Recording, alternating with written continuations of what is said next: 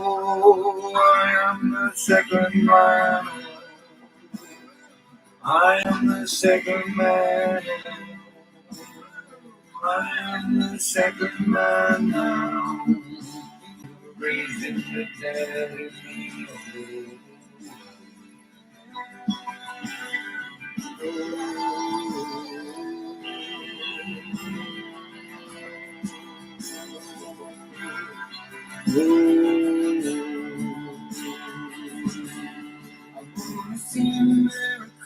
Wanna see miracles, to see the world change.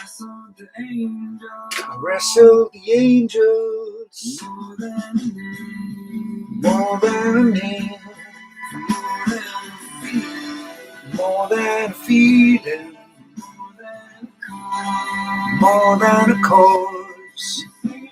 Spirit, take me up in arms with you, raising the dead. I am the second man. I am the second man.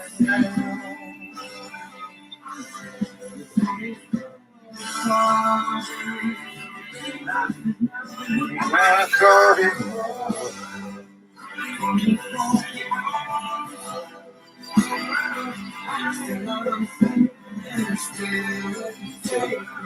Up in arms. Oh, oes bach hwnna ni. Mae hwnna yn isel, ond croeso mawr. Dwi fel plentyn yn y ffair yn mynd mewn i'r dodgems am y tro cyntaf. Chi'n cofio edrych i fyny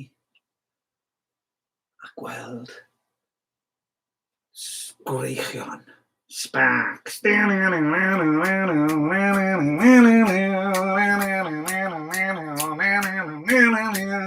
Heartbeat, increasing heartbeat. Do, do, do, do, do, do, do, do, do, do, do, do, do. Heartbeat, increasing heartbeat. Do, do, do, do, do, do, do, do, do, do, do, do, do, do, do. This town ain't big enough for the both of us.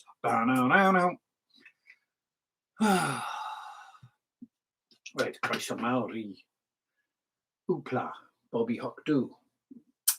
Rydych chi'n ymuno efo ni gyda pholisi newydd yn y fersiwn 21 litr, naci, 21 Ledesma, sŵn y nant. Naci, Ledesma, sŵn y nant. Lle oedd gymaint o atgofion yn cael eu crynhoi a'i creu nôl yn 1996, 95, 96, 97. Sgwni os yw Morris a Ledesma dal yn sŵn y nant. Ar droed yr allt sy'n arwain at bont Britannia. Unrhyw un sydd yn byw yn gyfagos, ewch draw, nociwch ar y drws a gofynnwch. Is your name Morris? Boi Andros y Ffein a Ledesma yn ddynes hyfryd iawn. So, 24 gan Switchfoot, ond dim oddi ar yr album. Mae hwnna fyna. Oh dear. Right. Yes. Felly bod eisiau mwy o ole arno ni. So mae hwn yn hollol random. Does dim vinyl yn mynd I ddigwydd yn hwn. Dim vinyl. Ni jyst yn mynd I gael amser bach. Ffeindiais I hwn ar Sylf, so dwi'n gwybod beth sy'n yna fe. So mae hwnna'n ffain. Mae rhaid ni chwarae hwn, cos mae wedi bod yn trio cael ei chwarae ers amser. A ffeindiais I Vox o dapiau casetiau. Siwr o fod dim rock and roll, ond gwahanol stwff o'r archifau ysbrydol. Dyma un trofel lan yn uchel, ochr 2 ochr 1 trofel lan yn uchel, osh. Gen i weld beth sy'n cael ei dechrau fyna. A dyma'r un o'n i newydd chwarae.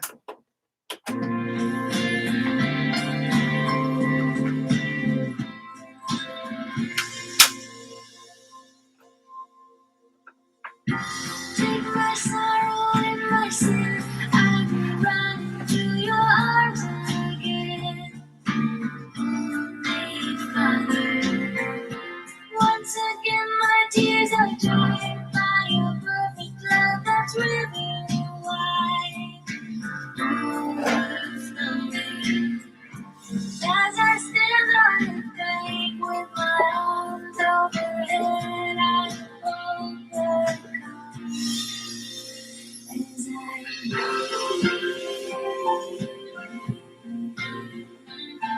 the air of heaven, joy in your fragrance.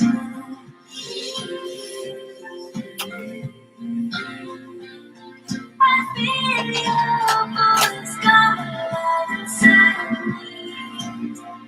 You're the wind that I breathe. Covered by the evening sky, I turn my gaze to all your kingdom lies. Deep inside me, a silent whisper in my mind, sweet surrender to your love divine. Peace and freedom, in my stillness I empty my soul and your healing presence. As I breathe, the air of heaven, joy in your fragrance.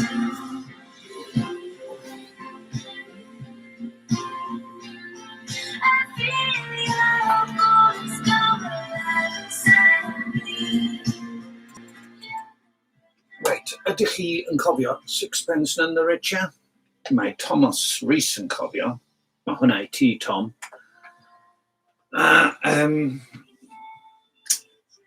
Dyma albums nhw. Just sortio hwnna. Dyma albums nhw. Rhaid ofn bod chi'n meddwl bod fi'n... Mae Mrs P yn dweud, ti'n torri'r gyfraith. Wel na, fair use yw hwn. Dwi wedi prynu'r albums, okay? Dyma'r pwynt. Dwi wedi prynu'r albums. Dyma Sixpence None the Richer a Lost in Translation, drion nhw ddod nôl yn y flwyddyn 2012. Wel, fe ddethon nhw nôl. Nethon nhw ddim trio dod nôl, fe ddethon nhw nôl. Mae rhaid i fi gyfaddau, Kiss Me, Sixpence None the Richer, yn glasur, wrth gwrs. 1999, oedd hwnna, dwi'n meddwl. Y wefr o weld album, Sixpence None the Richer, mewn archfarchnadoedd yn Llanisien. Dwi'n meddwl mai o fyna ges i brynus, ie, yr album, a mae'r album yn wych. Hoffwn i chwarae fe i chi nawr. Dyma The Best of Sixpence None the Richer. Dyma Katie Tunstall oedd ar bwys Sixpence None the Richer ar y silff, a dwi wedi tynnu lawr yn ddamweiniol, ond dwi'n falch mod i wedi, oherwydd chi'n cofio'r Brits.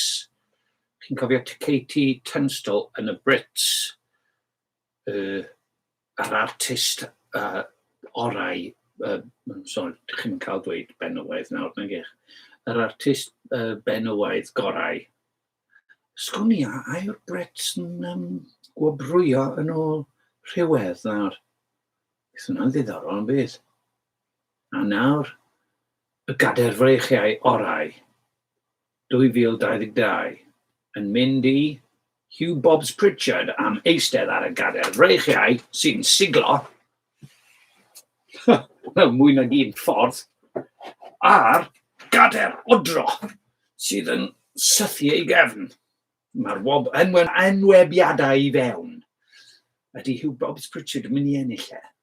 Nac ydy, oherwydd roedd rhywun gwell nag e.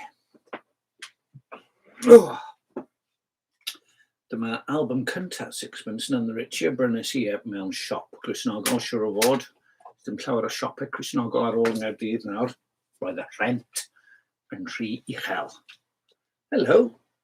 Oh, mae rhywun, right, mae yna gan. Be sy'n dod, Mrs P? Ti eisiau? Mae'n edrych yna fi. Right, okay. Stop. Dwi'n mynd i wneud y twrci. Dwi'n mynd i roi can Sixpence None the Richer mlaen. A dwi wedi cael caniatâd gan. Dwi'n yn gweithio. Falle bod hwn yn gyfiawnder barddonol. Hang on, nawr. Lle mae... Oh, dear. Lle mae'r botwm? Dwi'n panicio nawr. Paid y panicio, Hugh. Mae popeth yn iawn. Lle mae'r rheolwr? Pwy sy'n reoli Hugh? Dew. Na, does dim byd yn digwydd oherwydd mae'n dweud tape. Pan mae'n dweud tape? Gan bod y tap dal yn chwarae? Gan i weld. Reit, mae'n gweithio nawr. Roedd y tap a'r pause, dyna pan oedd y botwm CD ddim yn gweithio.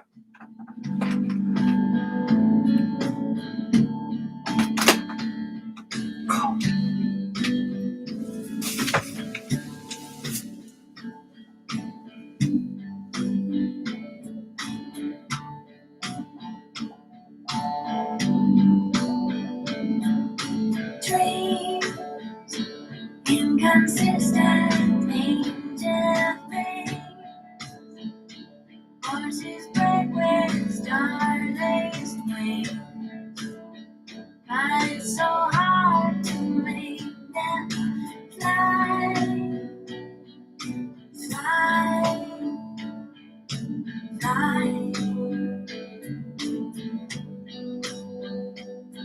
These wings beat the night sky up down. One goes up and one goes down. And so the chariot hits the ground. Down, down. We have forgotten, don't try to think how it used to be.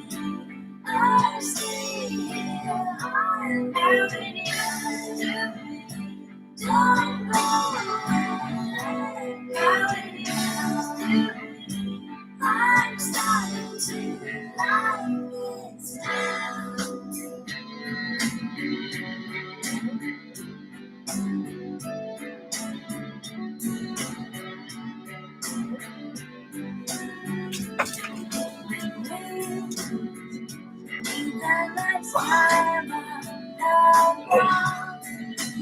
Right.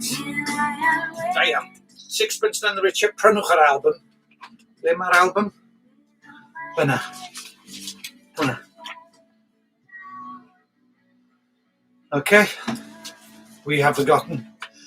Right. Be dwi'n mynd i wneud nawr, gan bod gennau bethau i wneud lawr grisiau, dwi'n mynd i roi tap ar hap am o gyfrannog. Dyma un osh. Yr un nes i cyfeirio at fe, falle bod... Pwy awr, just fast forwardio hwnna ymlaen. Diolch Sixpence None the Richer, band anhygoel. Diolch Thomas Rees am hoffi nhw hefyd. Ond mwy na thebyg nawr. Bydd yr ansawdd ddim mor dda. Stop waiting for bad luck. Medde Stephen. I won't mess you around. I am not a fool. I'm not a fool for loving you. You're better than I am. I want to be your man.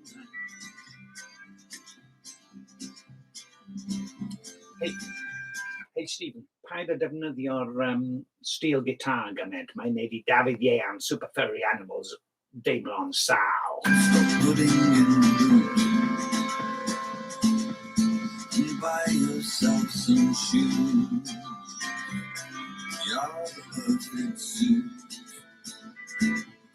to walk out of the blue. just yn checo nawr bod na ddigon o amrywiaeth ar hwn I gadw ni fynd yn ystod amser paratoi'r Twrci. Dwi wedi llnau hambwrdd metal gyda piff, fel oedd fy mam yn dweud, piff, nid Gwynfryn.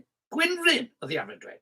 Paid a dweud jiff, nid jiff yw nawr. Maen nhw wedi newid yr enw. Enw nawr yw piff. Eirlis, nid piff yw nawr, ond ciff. Ciff. Nid ciff yw yw, siff yw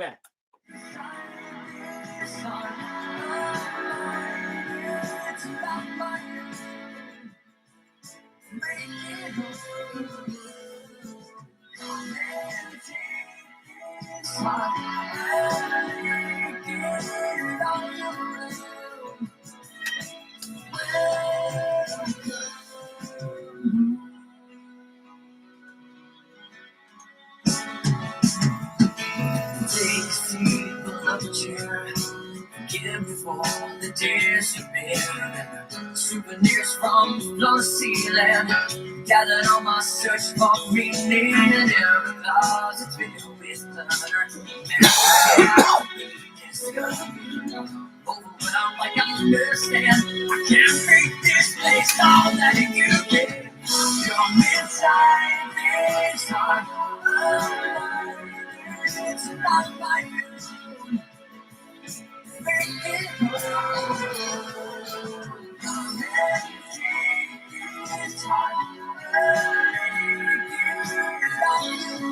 Dwi wedi cael syniad gwell. Dwi'n mynd rhoi fy mhen. Gewch chi fwy o gerddoriaeth wedyn, okay? Well, that's you two always. Mae'n rhaid I gadw at ysbryd yr rhaglen yma. Be bynnag dwi'n tynnu mas, mae'n rhaid I chwarae fe. So gen I weld beth yw hwn.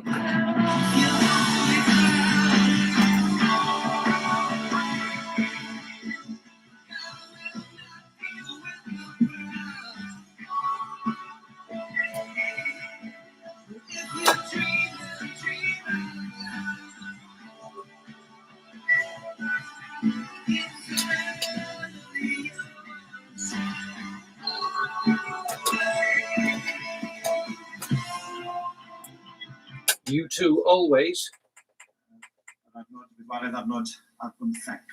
Am hynny, Hold on. Ni'n mynd nôl I 2003. y bedwaredd benod, mae hynny bore yma'n dod i'r adnod olaf yn y benod, yr adnod bedwaredd adnod ar 15. Am hynny, y rhai hefyd sydd yn dioddef yn ôl ewyllus Duw, gorchymynant ei heneidiau iddoef. Megis I griawdwr ffyddlawn gan wneithir yn dda. Ni bod yn edrych ar y paragraff yma sy'n mynd o'r 12fed adnod I ddiwedd y benod. Paragraff lle mae Pedr, fel ni'n gweld, yn bugeilio'r saint. Maen nhw yn y 60au o'r ganrif gyntaf. Erledigaeth, mwy na thebyg gan yr ymwrawdwr Nero yn real iawn iddyn nhw. Ac wedi gweld rhai o'r cyfeillion neu ffrindiau falle eisoes yn cael eu taflu o blaen y thewod.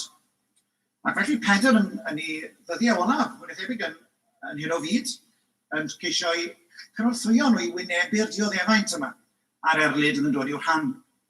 Ac pan ni wedi gweld, mae'n gymorth I ni I feddwl am hyn, wrth I ni styried y ffaith fod yna, bydd gymaint o Cristnogion bellach yn y byd yn dioddef oherwydd I ffydd. Ac un yna hefyd efallai wybod tipyn bach bellach wrth wynebiad gylynion I ffydd y fenylaidd yma ym Mhrydain. Nawr, mor belled I ni wedi gweld bod Pedr wedi rhoi tair anogaeth i'r saint. Yn gyda'i gyd, ddylen nhw ddim yn rhyfeddu bod y fath wrthwynebiad yn dod i'w ffydd nhw. Na fydde ddieth ar y gennych adnod 12 am y profiad tanllyd. Dydyn nhw ddim gael sioc na syndod bod yna wrthwynebiad i'r ffydd. Yn ail, dydyn nhw ddim mynd yn isel ysbryd. Tueddiad naturiol iawn pan mae rhywun yn eich wrthwynebu chi mynd teimlo dan y don. Na, meddai, llawen hewch. Dim teimlo'n isel ysbryd. Yn ytrach llawen hau. Ac yna, trydydd peth, ddim teimlo cywilydd. Mae'n hawdd iawn efallai i'r swatio mewn cornel a chywilydd o'r ffydd eich chi'n arfer ac yn sefyll drosto. Na, meddai, dim cywilydd, ystyriwch chi'n anrhydedd, cael dioddef dros Grist. Ac yna, ar y ffordd wrth gwrs, mae Pedr wedi bod yn esbonio I ni, beth yw pwrpas y dioddefaint yma? Sut ni'n bod I ddeall unrhyw ddioddef sydd yn dod i'n rhannu oherwydd yn bod ni'n Gristnogion. Mae'n rhan o ddioddefaint Crist. Mae'n faint aruthrol. I ni gael rhannu mewn dioddefaint sydd yn debyg yn cyffelyb i ddioddefau Crist. I ni gael y fraint o ddwyn y groes. Crist eto yn dweud, mae dyna yw natur bywyd y disgybl. Ac yna, wrthos diwethaf fel y gwelwch chi, bod ni'n gallu gweld y dioddefaint yma fel amlygiad o farn hyd yn oed. Bod e'n sorto mas pwy sydd yn wir Gristnogion a pwy sydd ddim. A bod dioddefaint hefyd yn cael yr effaith o losgi y pethau diwerth sydd yn y bywydau ni ac i biro ac i'n sancteiddio ni. Ac felly mae Pedr yn bugeilio'r saint, yn trio helpu nhw i ddelio'r sefyllfa benodol yma nhw ynddo fe. Ac yna fel gwelson ni ddoswaithau hefyd, yn atgoffa'r saint a rai sydd ddim yn credu, bod y dioddef mae'r saint yn ei wynebu yn hyn o fyd yn ddim byd i'w gymharu, a'r dioddef sy'n wynebu'r anghredadyn mewn byd y fan.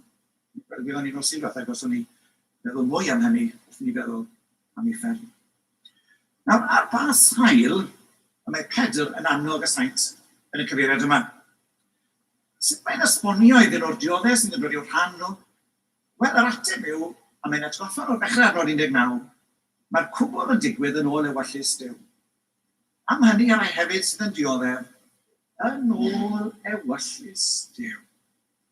Nawr, allwch chi ddeall efallai'r saint yma, wrth i'n o ddioddau gwynebu'r arledigaeth, a gweld y byd angrediniol fe betai ar grym a'r pwer i gyd yn ei law, yn gofyn y cwestiwn, wel, a di Duw wedi colli control fan hyn? A di Duw wedi colli fe petai ar y wenau hanes? A di'r byd yn mynd ei ben iddo a Duw fe petai wedi i ynysu? Duw wedi mynd i'r sidelines fe petai? A ddim yn cael dim effaith y dylanwad ar y byd ddim mwy, a mae'r holl bwer a'r ball wedi cymryd droso. Ac allwch chi ddechmygu'r Gristnogion yn dweud, wel, ydy Duw wedi colli control? Ac mae'n hawdd iawn weithio ni feddwl felly, pan mae pethau'n mynd yn anodd efallai fe rwy'n dechrau hwyr ar ben eich ffydd chi, a chi'n dechrau gweld gwrthwynebiad i Gristnogaeth, chi'n dechrau meddwl, wel, ble mae Duw? Pan fydd y Duw yn neud rhywbeth? Di Duw'n colli control fan hyn? Na, byddai Pedr, am hynny ar ei hefyd sydd yn dioddef yn ôl ewyllus Duw. Mae'r dioddeffaint yn gymaint o ewyllus Duw ac unrhyw bywyd hawdd. Mae'r dioddef yn gymaint o ewyllus Duw ac unrhyw fyndilliad sydd yn dod. Nid rhyw drigariannau. Mae ei gyd yn rhan o ewyllus Duw. Ac felly meddwl chi ddim yn synnu, mae rhan o fwriad Duw ar eich gyfer chi. Dych chi ddim mewn tristwch o mewn llawenydd, oherwydd mae'n paratoi chi'r gofyniant. Dych chi ddim yn cywilyddio, oherwydd mae'n rhan o ewyllus Duw i'ch anrhydeddu chi. I'ch ystyried chi yn ddigon da i ddioddef e petai dros i achos i. A fan hyn wrth gwrs, mae Pedr yn dod â ni gerbrin o athrawiaethau os nad un o'r gwirioneddau mwyaf yn y Beibl, sofraniaeth Duw dros bob peth. Mae'n mewn ffordd yma yw yr athrawiaeth waelodol nag yw. Bod yna Dduw a bod Duw yn arglwydd. Mae'n sofran dros bob peth. Beth arall bynnag mae'r Beibl yn dysgu, mae'n dechrau fan hyn. Bod y Duw yma'n arglwydd, nefoedd a deiar. A bod hynny yn gysur aruthrol i'r saint. Nawr, weithiau mae bywyd ar y wyneb yn gallu mynd yn ddryslyd iawn. Mae'r pethau sy'n digwydd i ni bob dydd, dim ddim allan os ydych chi'n gwneud sens ohonyn nhw. A mae'r cystion eich chi'n gallu cymryd cysur o ffaith bod Duw yn arglwydd. A does dim beth beth sy'n digwydd iddo fe i bywyd bob dydd. Pob math o ragluniaethau rhyfedd, ni wedi canu'r emyn y bore yma, ffilm sôn am profiad David Charles, pob math o bethau sy'n digwydd i ni. Dyn ni'n gallu gweithio nhw mas. Profiadau anodd, profiadau trist, profiadau sy'n achosi gofid, profiadau sy'n gwneud ni i dim ond ddiflas. Mae ewyllus Duw ar waith, i sofraniaeth e. Ti cefn i len ragluniaeth ddoeth mewn cuddio wyneb tad. Hynny yw, ti o'r cwbl mae'n dad sy'n caru blant. A bod ni ddim yn deall beth sy'n digwydd. Mae e yno, ewyllus Duw ar waith. Ac ni'n cofio wrth gwrs y geiriau yna, yn Rhufeiniad 8:28, fyddwn ni yn ôl at un nes ymlaen yn y bregaeth. Ni awydd o'n bod pob peth yn cydweithio ar deioni i'r rhai sy'n yn caru Duw, sef i'r rhai sydd wedi'i galw yn ôl i arwaith e. Ac felly, cyn bod Pedr yn dod at ei bedwerydd anogaeth, mae'n air atgoffa i'r allanwyr beth yw sail y cwbl. Duw, a'i ewyllus e, Ac felly medde fe, fe ofynir I rai I ddioddef fel rhan o'r ewyllus yma. Mae e'n sovereign. Dwi'n mynd golygu bod Duw wedi colli control. Mae e'n dal mewn control. Ond dyma yw ewyllus. Mae fe fel ni'n digwydd er llys dyrfynol y saint. Ond nawr mae Pedr yn dod at I bedwaredd a'i anogaeth olaf. Am hynny yr rhai hefyd sydd yn dioddef yn ôl ewyllus Duw. Gorchymynant ei heneidiau iddo ef. Ni'n mynd I stopio fe fyna, gan fod y twrci mewn. Mae'r twrci mewn yn yr hambwrdd. A mae gen I ddiddordeb mawr I glywed be dwi wedi golli, ond dawn ni nôl at hwnna. Na, ffainwch.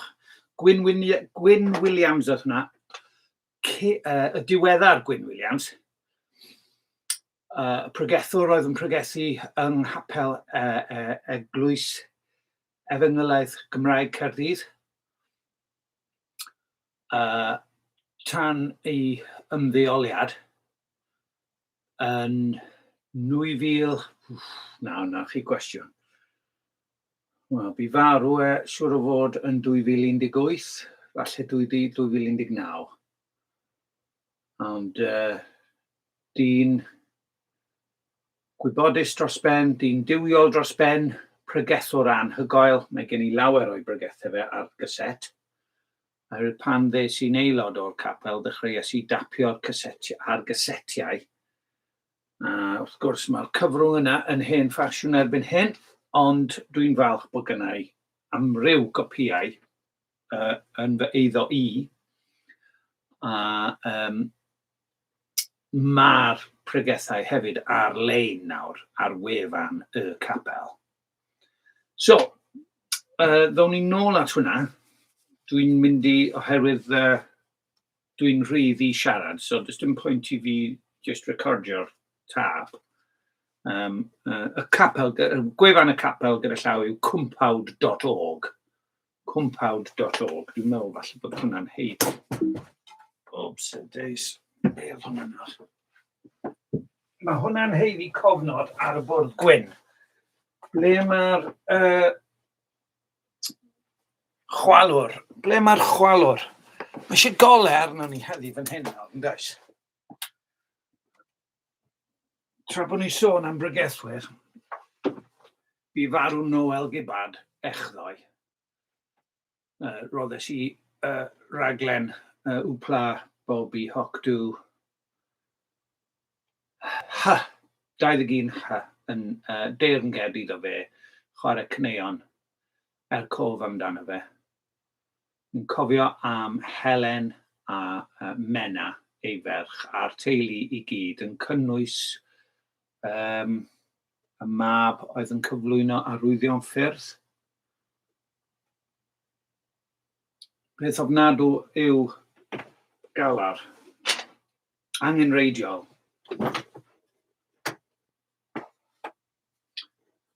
Oedd nath Noel gymryd lle Gwyn Williams I arwain angladd wrth y bedd fy mam. Dyna pam nes I ddangos llun o mam yn ystod y rhaglen 21 oherwydd oedd Noel yn bodlon I arwain y gwasanaeth wrth ymyl y bedd yn Thornhill. O'n i'n ddiolchgar iawn iddo fe am wneud hynny, a mae wedi rhyddhau nifer o lyfrau a I lyfr diwetha oedd copi o ganeuon ac emynau Cristnogol. A y capel yn canu sawl un o'i emynau yn ddiweddar. A oedd dwi'n cofio mynd I gael cinio dy Sul gyda ge.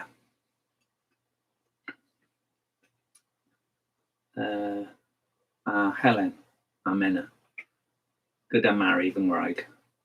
A oedden nhw mor garedig. A oedd ganddyn nhw galon, mae ganddyn nhw galon tyner iawn. Tyner iawn. So diolch I Dduw amdanyn nhw a diolch I Dduw am fywyd Noel. Falch bod fi'n gallu dweud hynny.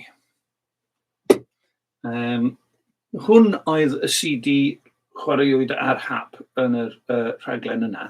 Yn anffodus. O nage, nid hwn oedd e, rhywbeth arall. Yn anffodus, dynes I allan o'r sylff. Dwi'm yn gwybod o le ddath e, dran nadolig oedd e. A dwi wedi rhoi yn ôl nawr, a mae rhywun sydd wedi rhoi hwnna I fi, dwi'n siŵr. Nawr te,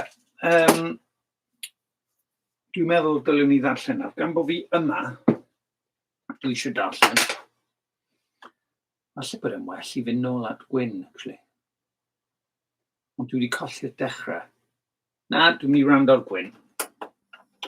Neu, efallai gwell cyfeithad, ymddiriedant ei hyneidiau iddo ef. Dyna sy'n y Beibl Cymraeg Newydd, ymddiried. Nawr, mae'r tri beth wedi dweud yn barod yn gysur, mawr yn barod fe, pidwch y poeni. Pidwch y syni, dys dim byd yn digwydd eich. Pidwch trysthau, llawn hewch. Pidwch dimlo cywilydd, ond barchder. Ond yn sicr, dyma'r anogaeth mwyaf cysur yna. Fan hyn mae Pedr y Betai'n cyrraedd y climax. Dyma yw parting shot efo Betai i'r saint yma sy'n dioddau. Dyma yw y peth mawr maen nhw eisiau, mae fe eisiau iddyn nhw wneud. A'r hyn mae fe eisiau nhw wneud yw ymddiried ei hyneidiau iddo ef. Yng nghanol yr erledigaeth, yng nghanol y dioddau, yr anogaeth olaf, mae rhaid I chi ymddiried eich hyneidiau iddo ef. Yng nghanol y cwbl I gyd. Na'r beth gyntaf mae'n ei sylwi yw mae'r gair enau sydd yma. Nid bywyd, nid corff, nid eiddo, ond yr enaid. Nawr oedd y bobl yma, chi'n fan yn gwybod beth oedd I golli eiddo. Ond yn gwybod beth oedd I golli teulu. Ond yn gwybod beth oedd I golli cywaith. Oedd rhai o'n nhw'n mynd I wybod beth oedd I golli I bywyd, hynny I bywyd corfforol. Ac meddwl Pedr, ond mae yna un man na all yr erlidiwr I gyffwrdd. Ych enaid chi. Ac felly ymddiriedwch ych enaid. Hynny o'r un pwynt yna, lle all y byd ddim yn cyffwrdd ni. Yr un pwynt yna gall yr ymysodwr ddim yn newidio ni. Yr un pwynt yna gall yr erlidiwr mwyaf ciaidd a mwyaf ffiaidd ddim effeithio arno ni. Enaid. Ymddiriedant ei hyneidiau. Iddo e. Mae yna un pwynt lle mae'n no-go area I bob gael. Sef enaid Cristion. Nawr, chi'n cofio emyn mawr Luther, mae'n gyfeithiad Saesneg ohono fe. Mae'n gyfeithiadau Cymraeg, ond dwi'n mynd I gweld gyfeithiad o'r pennill yma yn y Gymraeg. And though they take our life, goods, honor, children, wife, yet is their profit small. The city of God remaineth.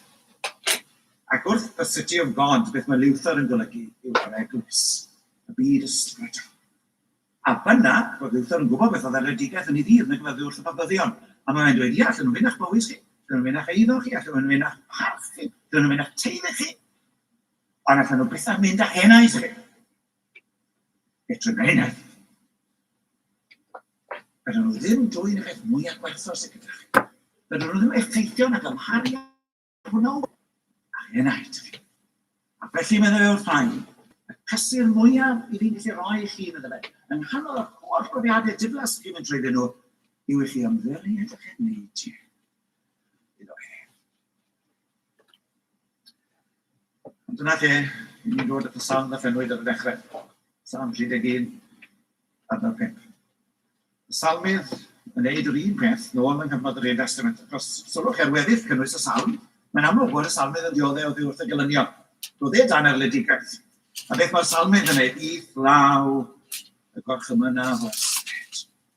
Hynny yw, dyma fe yn gwynebu problemau ac mae'n dweud, wel, alright, allan nhw fynd yn fywyd, allan nhw fynd yn horff fi, allan nhw fynd yn hi, allan nhw fynd ar cwbl, ond I fi'n gallu ymddiried y enaid i'r arglwydd.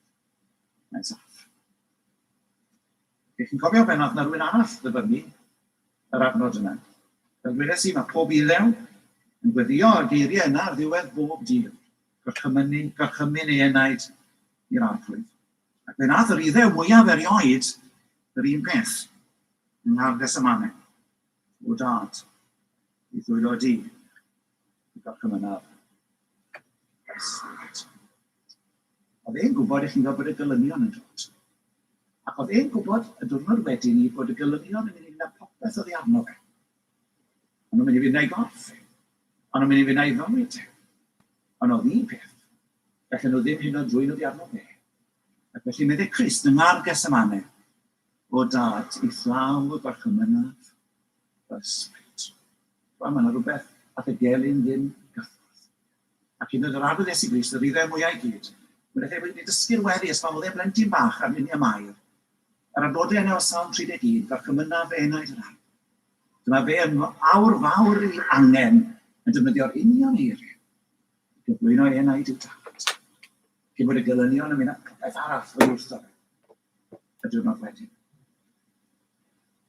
Mae Pedr yn yr epistol yma yn dyfynnu yr union ddigwyddiad. Yn yr ail bennod o'r hwn meddai cael ddifenwyd, ni ddifenwodd drachem. Pan ddioddefodd ni bygythion, beth yw'r rhoddodd ei hun, i'r neb sydd yn barnu yn gyfio. A mae'n ddyfyniad yna o Psalm 31. Crist yn rhoi enaid i'r un cyfio. Pedr, Paul yn neud yr un peth, 2 Timotheus, Pennod 1, adnod 12. A bach os ydw rhyw hefyd yn dioddef y pethau hyn. Ond nid oes arnaf gwylydd, sylwch ar y geiriau. Dwi'n dioddef, dim cwylydd.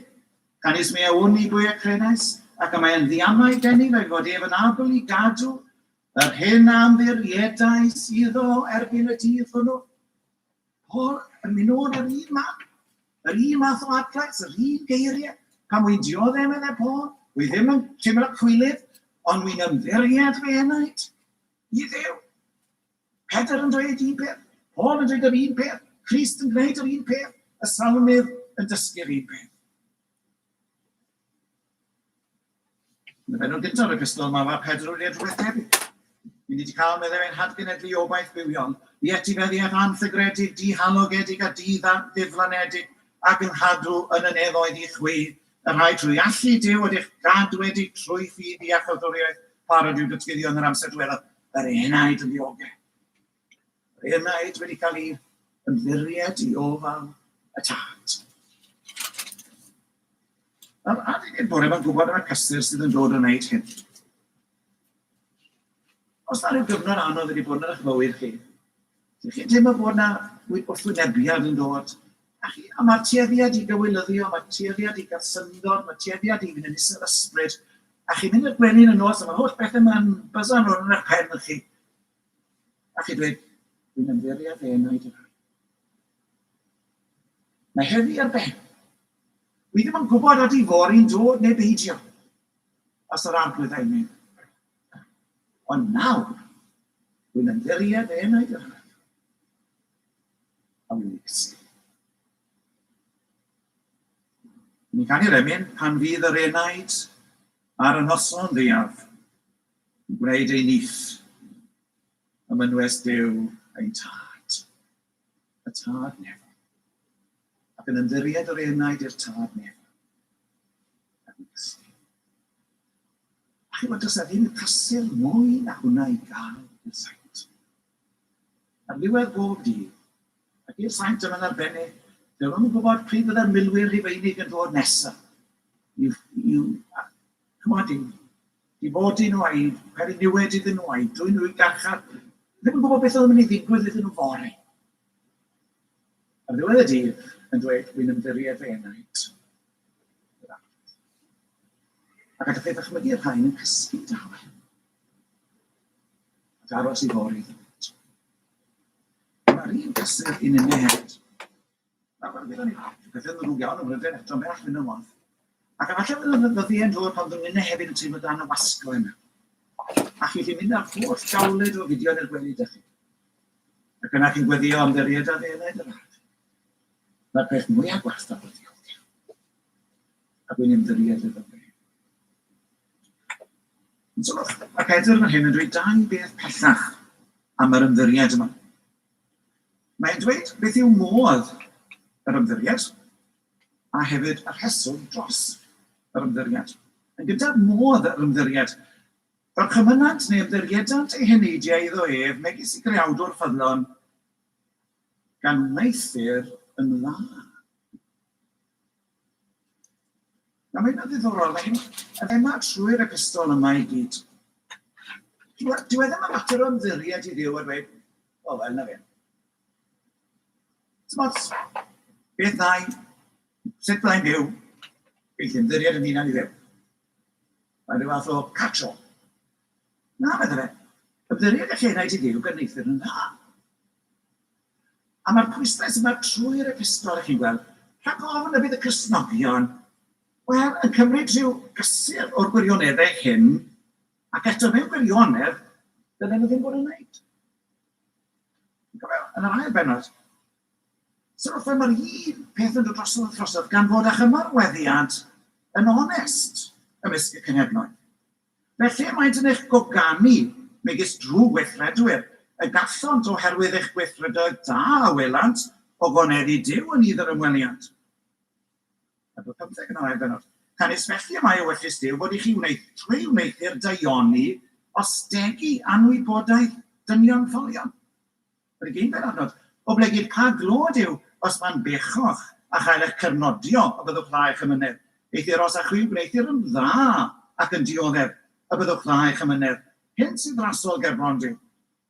Ac yn y drydedd benod, adnodau di-rydd, nid yn talu drog am ddrwg neu sen am sen, eithir yng ngwrthwyneb yn bendithio, gan wybod mae hyn eich galwyd, fel yr etifeddwch bendith. Adnodau, gan is yn neb a wellosio hoffi bywyd a gwleidyddiau da, a talu'r ei dafod iddo ddrwg a wyddesau rhag adrodd trwyth. Gochened y drwg a gwnaed dda, ceisiad heddwch a dilyned ef. A dod i'n 13, a phwyach drygach wy, os byddwch yn dilyn o'r hyn sydd dda. Hyn i beth o'r ddadl? Wel, chi'n byw yn dyddiau lle chi'n mynd i ddioddau, ta beth? Ond peidiwch rhoi unrhyw reswm pellach i'r byd i achosi chi ddioddau. Mae chymarweddiad chi fod tu hwnt i unrhyw werniadaeth.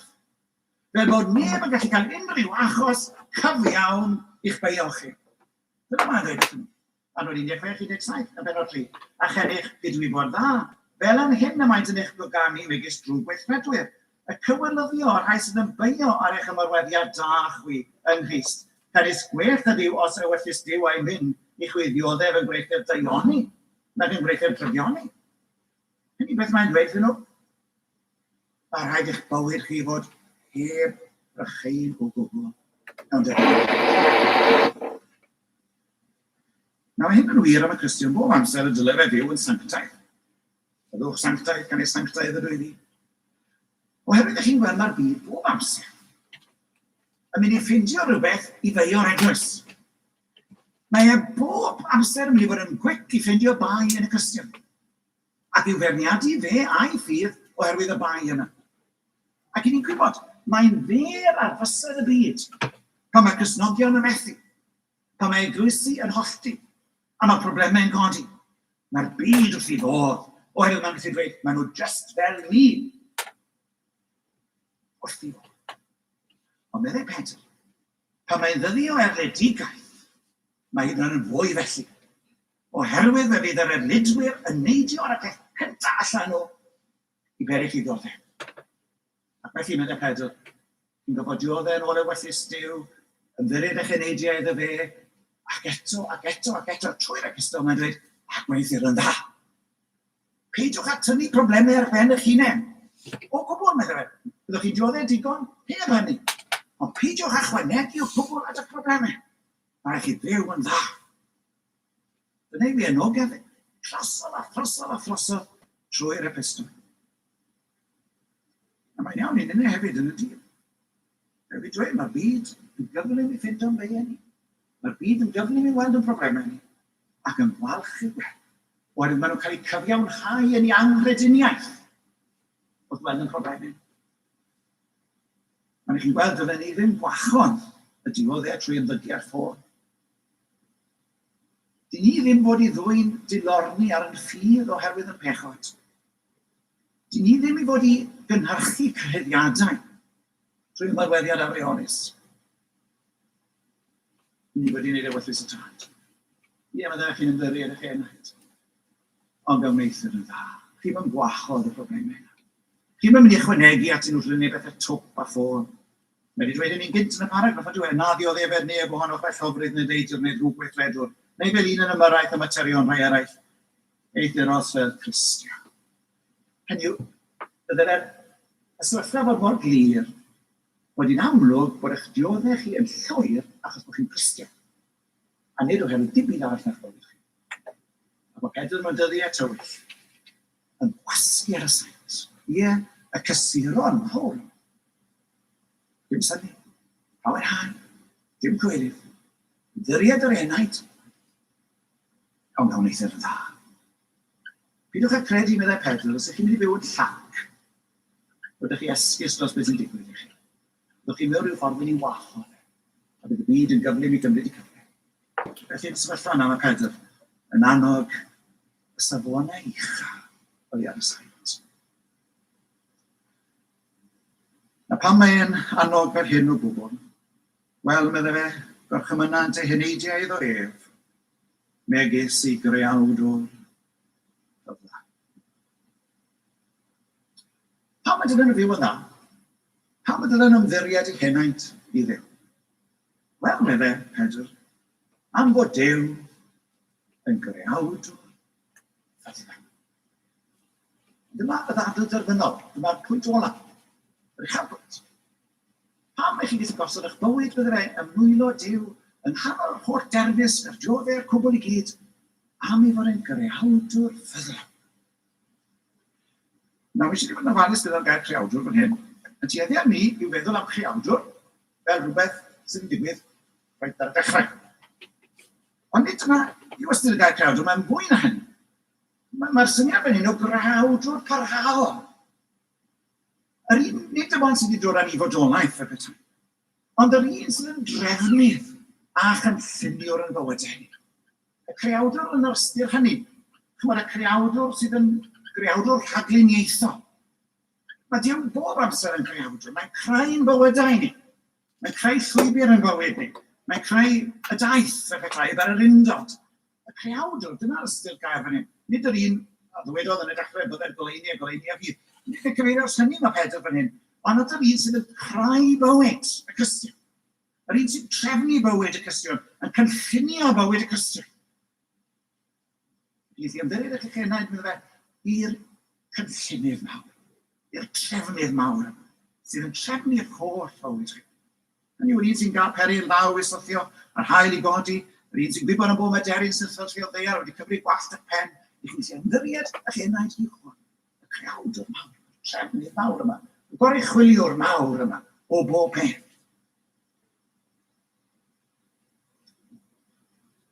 Byddech chi weld, pam mae'n gymryd y cysur? Wel, chi cymeradwyo heneidiau, cyflwyno heneidiau, ymddiried heneidiau i'r trefnydd mawr. Wel, beth mae wedi trefnu ar y cyfer nhw? Beth mae'r creawdwr ffyddlon wedi drefnu ar gyfer y bobl bach yma o'r peth yn sgrifennu ati. Gwyd. Ac o dau benod i. Etholedigion. Yn ôl rhag wybodaeth diwdant. Drwy sancteiddiad yr ysbryd. I fuddod a thenelliad waed Iesu Grist. Dyna fe. Etholedigion. Dyma'r trefnydd. Mae wedi trefnu fe bod chi'n rhan o'r etholedig. Dyna mae'n wedi trefnu. Chi yw'r rhai mae wedi adnabod ers seiliad y byd. Arno chi mae wedi gosod i gariad. Mae wedi eich arfeithi chi i fywyd. Chi sy'n bechaduriad, sy'n heiddi ban digofaint. Dyma yw gynllun mawr ar gyfer eich bywyd chi. Trefnu chi i achadru. Mae wedi trefnu eich awdwr i ddod i'r byd eich gwared chi ac i gyflawni'r amodau. I fab i hun Iesu Grist. Hynny o'i gariad. Roi ei fab. Y mab y marw, y mwydwyn y pechodau yn feia ac i dalu'n daled. Hynny, dyma beth mae Duw wedi gwneud. Dyma yw gynllun mawr ar gyfer eich bywyd chi. A dyna pam eich chi'n gweld bod chi'n mynd o'r Rufeiniaid 8. Mae'r adnod yma bod pob beth yn cydweithio dy o'n i'n gallu cymryd i'n rhy hwydd mas o'r chi destun. Ond mae eisiau ni ddarllen mlaen, eich chi'n gweld, ni wyddo bod pob beth yn cydweithio dy o'n i'n rhai sy'n cael ei Duw. Pwy? Sef i'r rhai sydd ei galw yn ôl ei arolaeth ef. O blegyd y rhai ar ragwybu yr etholedigion, ar agliniodd e fe hefyd, y rhai ar agliniodd e fe, a alwodd e fe, y rhai alwodd e fe, a gyfiawnhaodd e fe. Dyma yw y creawdwr ffyddlon ar waith. Dyma yw ei plan mawr wedi bod i'ch bywydau chi, meddwl Pedr. Chi sydd yn dioddau'r holl beth yma. Dyma mae Duw wedi trefnu ar gyfer eich enaid chi. Mae wedi ethol eich enaid chi. Mae wedi galw eich enaid chi. Mae wedi cyfiawnhau eich enaid chi. Ac meddwl Pedr, mae'n greawdwr ffyddlon. Dwi'n mynd i roi lan y job yn y canol, mae'n mynd i gwblhau y job. Gan ysbryd bynnag a gyfiawnhaodd e fe, y rai hynny hefyd a wyboneddodd e fe. Chi'n mynd i gyflwyno'ch enaid i hwn. Y Duw yma sydd eich galw chi. A wedi trefnu ffordd o iachydwriaeth ar eich cyfer chi. A sy'n mynd i sicrhau eich bod chi'n cael eich gofyneddu. Oherwydd yr hwn a ddechreuodd yna gwaith da, meddwl Paul mewn man arall. Sy'n mynd i orffen y gwaith erbyn dydd Iesu Grist. Hynny mae fe'n dod yn o'r ddiwedd y benod i chi at y gwirionedd mawr yma o ddiogelwch tragwyddol y saint. Dyna'r gwirionedd sydd yn hyn. Ac felly ymddiried ei henaid. Ni'r un sy'n ei trefnu'r gobl.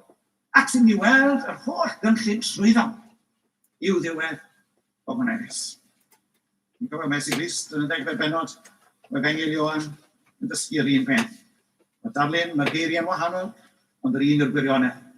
A minnau ydw i'n rhoddi iddynt bywyd trygwyddol, ac ni chyfer gollant byth, ac ni ddew gneb pwynt allan o llaw i, fy nhad i ar hwnna'r poles i ni, sydd mwy na llaw, ac nes gall neb ei dwy'n hwynt allan o law fy nhad i. Ie, bydde Crist, dyn nhw'n mynd i ddwy'n mas yn llaw i, ond mae Duw yn fwy na fi bydde Crist, a dyn nhw ddim yn cael ei dwy mas o'i law e'r ffaith. Y creawdwr ffyddlon. Ac yna ni'n mynd mlaen wedyn trwy'r Rufeiniaid 8, ond ni. A mae Paul wedyn yn dod yn dweud cymwyso. Y cymwyso'r gwirioneddau rhyfeddol yma mae wedi enwi yn gynt yn y benod. Beth gan hynny arwedwn ni wrth y pethau. Os yw Duw drosodd. Pwy a llwyd. Yr arlitwyr. Rhaid sy'n gysau ffyr. Os yw Duw drosodd. Pwy, enwch, pwy all fod i'n herbyn? Ac yna fel mae'r benod yn yr un mlaen i ni'n cofio, adnod 35, pwy yn gwahanol ni o ddiwrthgariad Crist. Ai gorthrymder, neu ing, neu ymlyd, neu newyn, neu noethni, neu ybydrwydd, neu lleddyr. Mae'r enaid. A dyw'r pethau yma ddim yn gallu cyffwrdd ar enaid. Ac yna'r geiriau o gwyneddus o ddiwedd y benod, eithir yn y pethau hyn oll, yr ydym ni yn fwy na chonchwer. Rwy'n hwnna'n cael ni. Canis mewn diogel gen i. A dyma ddyn chwas sydd yn ddiriad i enaid i'w greawdwr ffyddlon. Mae'n diogel gen i. Na all nac angen. Nac einios, nac yngylion, na chywysogaethau, na meddiannau, na phethau presennol, na phethau ddyfod, na gichter, na dymder, na un creadur arall, ein gwahanu ni, oedd i wrthgariad Duw. A rwy'n sydd yn Grist Iesu. Yn help. Nawr, yn deall hyn i gyd y bore yma chi fod rai chi'n nawr yn sgidiau 700 gyntaf. A dioddau nawr yn fwy i wynebu. Chweithach mae gen nhw yn dweud beth sy'n ei ddigwydd. Ni wedi gweld yn cyfeithio yn y gweithio. Beth sy'n ei ddigwydd i ni. A mae y dyn yn gallu cymryd drosodd yn diwedd. Ofnaid yno. Selder dyno. Cywilydd dyno. Cwbl na, y holl emosiynau naturiol dynol yn cymryd drosodd i ddigon i ladd i ffydd nhw fel Pedr. Yna mae Pedr yn dweud. Na fydde dieth o'r gennych. Na drist hewch, llawen hewch. Na beth o'r gennych. Tingwch yn rhedeg. Ac yn ar ôl. Byriedwch eich eneidiau i chreawd. Fyna chi'n sgwrs am drefydd. A beth bynnag nawn nhw i chi. Dyn nhw ddim yn mynd i ddwy hynny. Dyn nhw ddim drwy'n eich etholedigaeth o ddiwrnod chi. Fedra nhw ddim drwy'n y ffaith bod chi wedi'ch cyfiawnhau oddi wrthoch chi. Fedra nhw ddim drwy'n y ffaith eich bod chi wedi'ch gogoneddu oddi wrthoch chi. Wel, mae e'n grawd wrthoch chi. Mae e'n trefn yr gwbl. Ac mae e'n ffyddlon. Mae'n ei weld y trwyddo. Mae rhaid dyna beth i ni'n neud pan mae pethau'n mynd yn anodd. A dyn ni'n gwneud y nith y mynwes Duw ein tad. Ond mae pethau'n mynd yn anodd. Hynny yw pan mae yna wrthwynebiad efallai'n dod rhyw wawdio, rhyw wneud hwyl ar ben ffydd ni, rwy'n darllen rhyw lythyr yn papur efallai, sy'n mosod ar y ffydd Gristnogol, rwy'n beth ar y teledu efallai, rhyw raglen, lle mae yna bob math o bethau rhybygus yn cael ei dweud yn bobl efengylau ac yn y blaen. A chi'n teimlo cwbl cael mewn amdano chi. Ac yna chi'n dweud, byddwn nhw ddim yn hyfforddi. Yn ymddiried fe yna i ddife. Creawdwr. A wedyn, yr effaith hynny wedyn i chi'n gweld yw bod chi'n sydyn iawn wedi cael effaith hau o bobl. A bob cywilydd. A bob islwyd. A bob sefydliad. Ac wedyn i chi'n sefyll lan wedyn. I ddechrau ymladd brwydr chi yn y dydd i ni yn fodau. Felly ymddiriedwn yn y neidiau y bore yma i'r creawdwr ffodol. Dyma lle mae Pedr a Petai'n dod â rhan yma o'r epistol, yr anogaeth i'r saith nos y Ffano. Dyma lle mae fe'n dod ag i'w bin. Ymddiried yr enaid i'r creawdwr. Defnyddio'r yn dda. Efo gwaniad rhaid. Grawd i.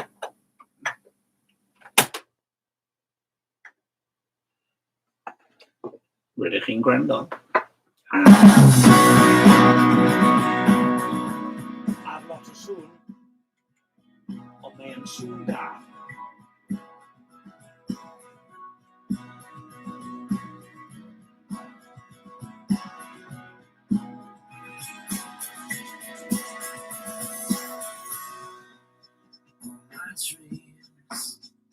I dreamed were dreams of me. All my hopes were desires of what I want to be. With ambitions put aside, I crawl in your arms to hide. I've given everything up to you. This is all.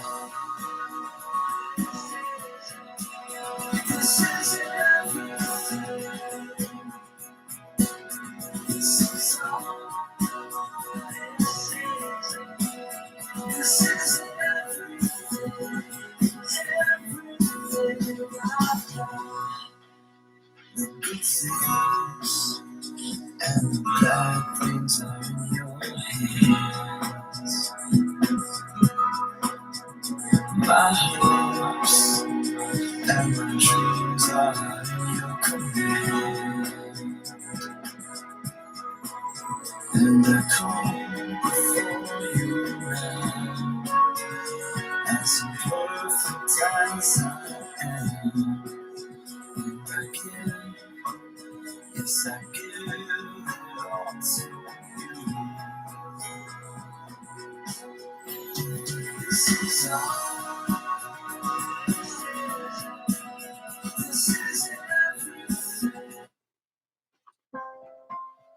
Rydych chi'n gwrando ar Wpla Moby Hope 2, 21. I've got my memories always inside of me, but I can't go back to how it was. I believe now I've come too far. No, I can't go back to how it was. Create for a place I never knew. This is home.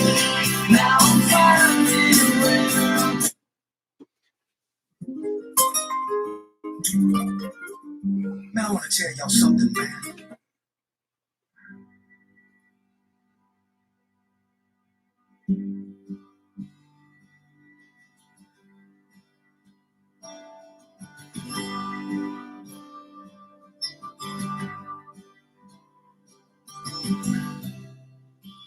Don't wanna make you promises in case I forget.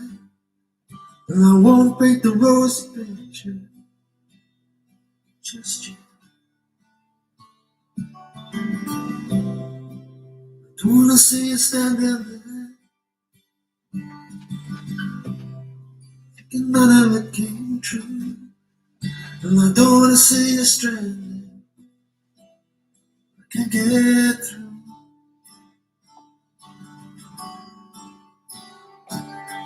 Love the light,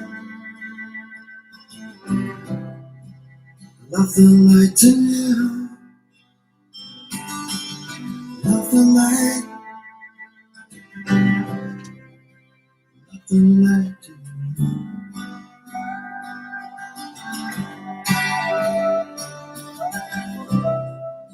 I don't wanna see you pull another man down. I wanna see you walking tall, and I won't give you easy hands. Oh, I love the light. Love the light in you. I love the light. Love the light.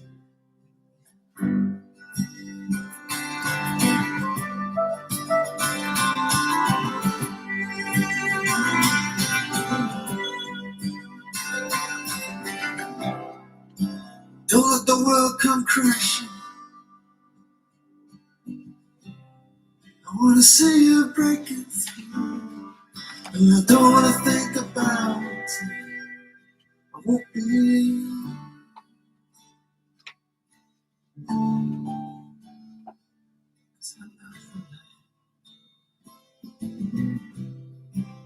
Love the light in you.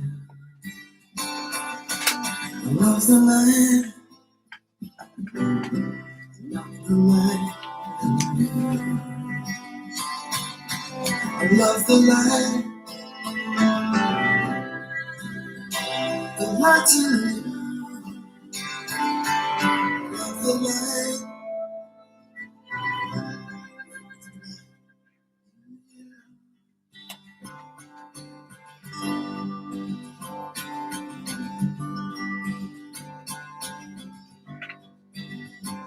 No, I don't.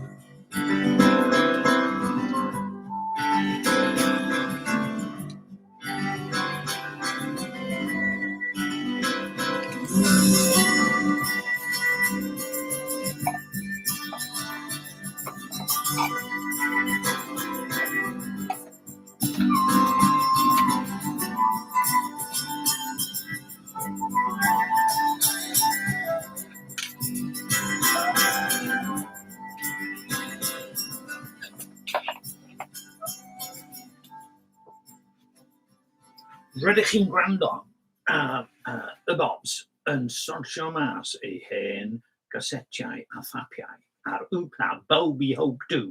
21. Oh! Uh-oh.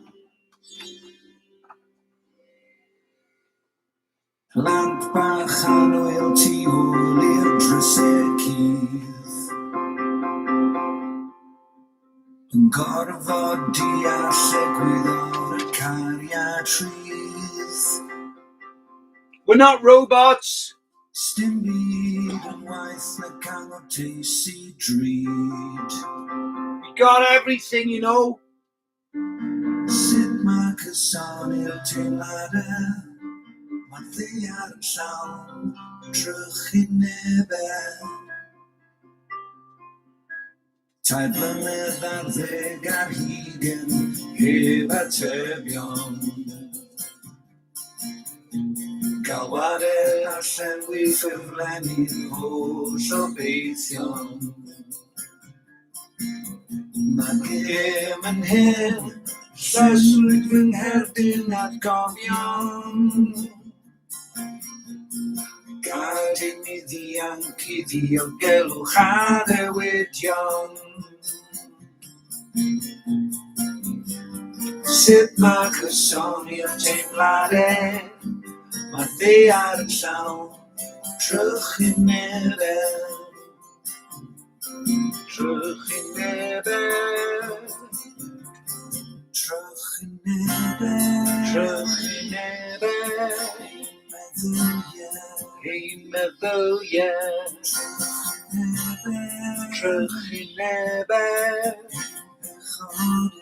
ein pechodau. A hawl sydd gennym fi I gwyno, mae rhywun yn rhywle dwi dioddau'n mwy na fi, mwy na fi, mwy na fi. Griffiths ma di datblygu, cynllun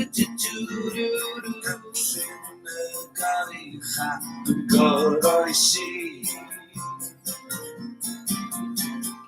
Cynllun y gorucha, cynllun y gorucha, cynllun y gorucha yn goroesi. When you come down the street, sbio ti yw e, sbio ti'r chwith. Cha, cha, cha, cha, cha, cha. Woo, woo!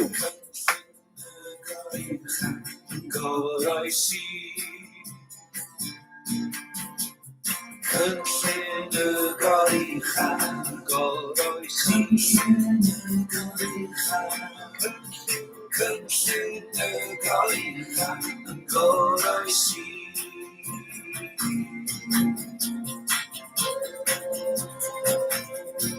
Wpla Bobby Hogdw, Edif ar ha, cred y fenyl.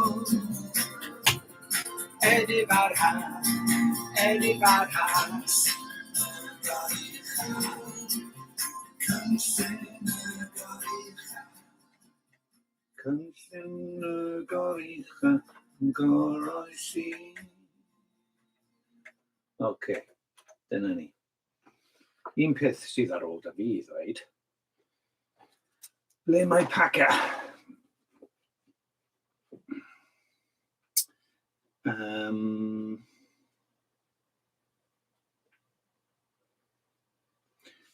Rhagfyr 20. Are we to continue in sin that grace may abound? By no means. How can we who died to sin still live in it? Family attitudes, lifestyle, spiritual death and life. Romans 6, 1-2. How can a student who's been expelled from school or whose school has been closed down continue attending there? How can an employee remain in a firm that has folded? How can a wife continue living with her deceased husband? In the same way, how can we, whose former relationship to sin has been broken, still continue in it as we did before? We can't. We have died to sin, and that makes it impossible for us to continue in it. Paul elaborates further. Do you not know that all of us who have been baptized into Christ Jesus were baptized into his death? We were buried, therefore, with him by baptism into death, so that as Christ was raised from the dead by the glory of the Father, we too might walk in newness of life. Verses 3-4. Baptism, going under the water and coming up again, symbolizes the end of the old life and the beginning of the new. We cannot go on sinning as we did before, because we have been baptized into Christ's death. That means we have been united with him in a death like his. Verse 5. And that our old self was crucified with him. Verse 6. The result is that the person I was, dominated by the sin principle, is a thing of the past.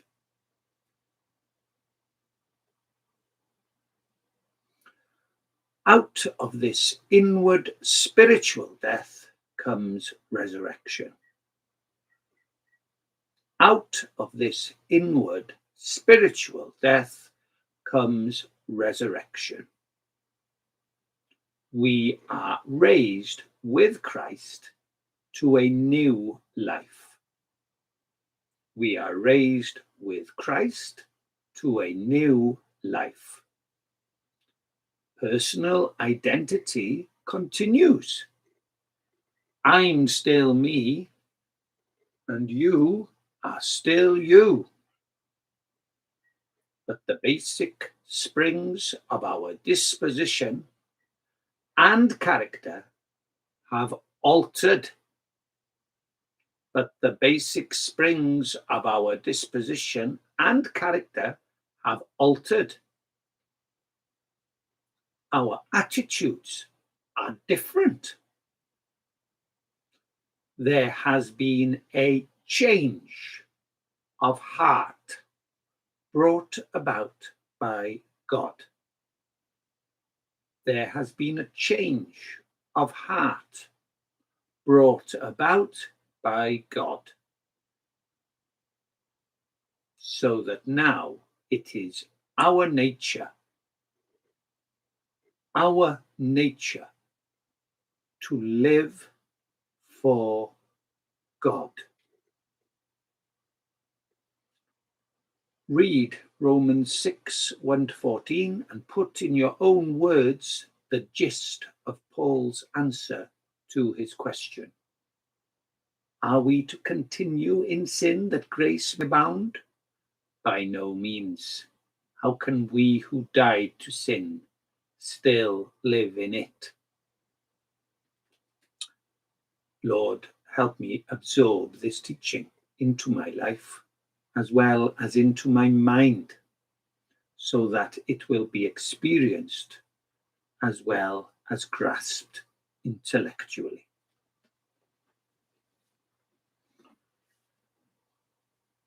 Mae bron yn amser I ni orffen. Yn lle defnyddio geiriau fy hunan, dwi'n mynd I ateb drwy ddarllen y Beibl. A dyma beth sy'n rhaid I fi gofio.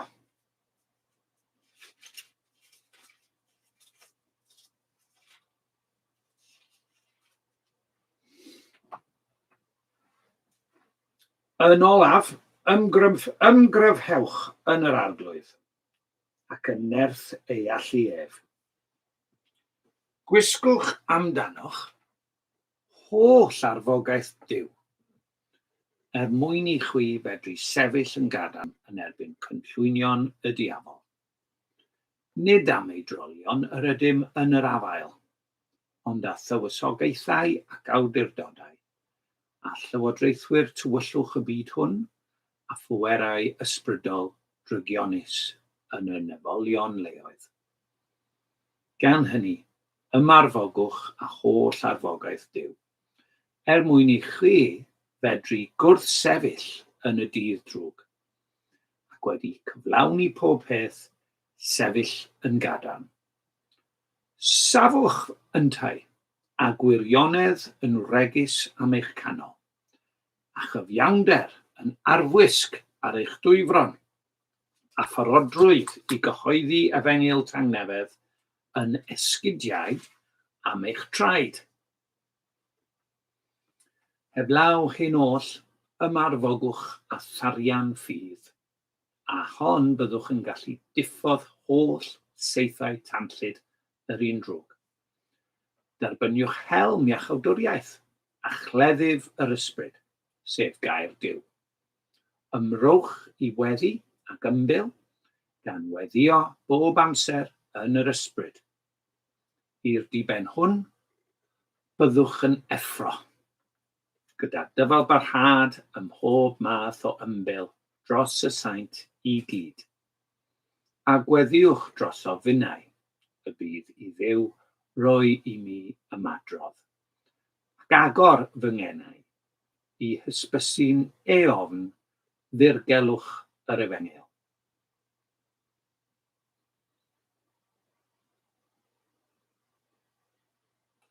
That's Ephesians 6, verses 10 to 19.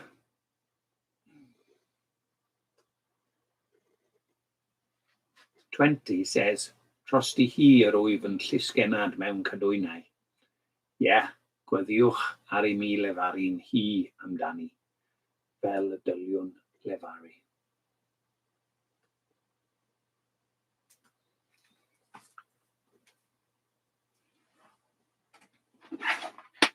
Oopla.